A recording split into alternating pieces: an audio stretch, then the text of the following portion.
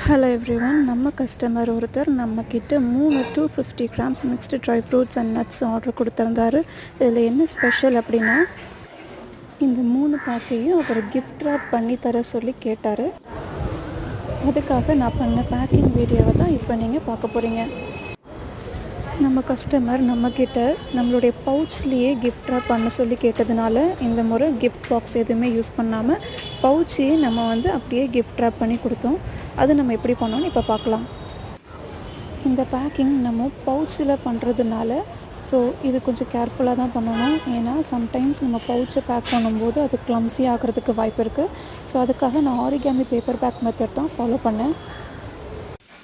இதுக்காக நான் ஒரு ஷைனிங்கான, அதே சமயம் ரெகுலரான கிஃப்ட் பேப்பராக இல்லாமல் கொஞ்சம் டிஃப்ரெண்ட்டாக, கொஞ்சம் ட்ரெடிஷ்னல் டச்சு, அந்த ட்ரெடிஷ்னல் பிரிண்ட் இருக்கிற கிஃப்ட் பேப்பராக வாங்கினேன்.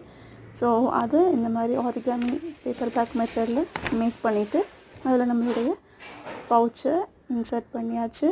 அலாங் வித் தட் நம்மளுடைய விசிட்டிங் கார்டையும் ஆட் பண்ணியாச்சு.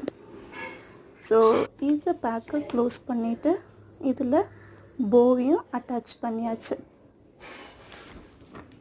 போ அட்டாச் பண்ணதுக்கப்புறம் இன்னும் அதனுடைய லுக்கே என்ஹான்ஸ் ஆகிடுச்சு. இதே மாதிரி மற்ற 2 பேக்கையும் பண்ணி முடித்தாச்சு. இது கூட டிரான்ஸ்பரண்ட் ஷீட் ஓவர் கவர் பண்ணிட்டோம் அப்படின்னா நம்மளுடைய கிஃப்ட் பேக் அட்டகாசமாக இருக்கும். இப்படி தான் நான் பேக் பண்ணேன். எப்படி இருந்துச்சுன்னு கமெண்ட் பண்ணுங்கள்.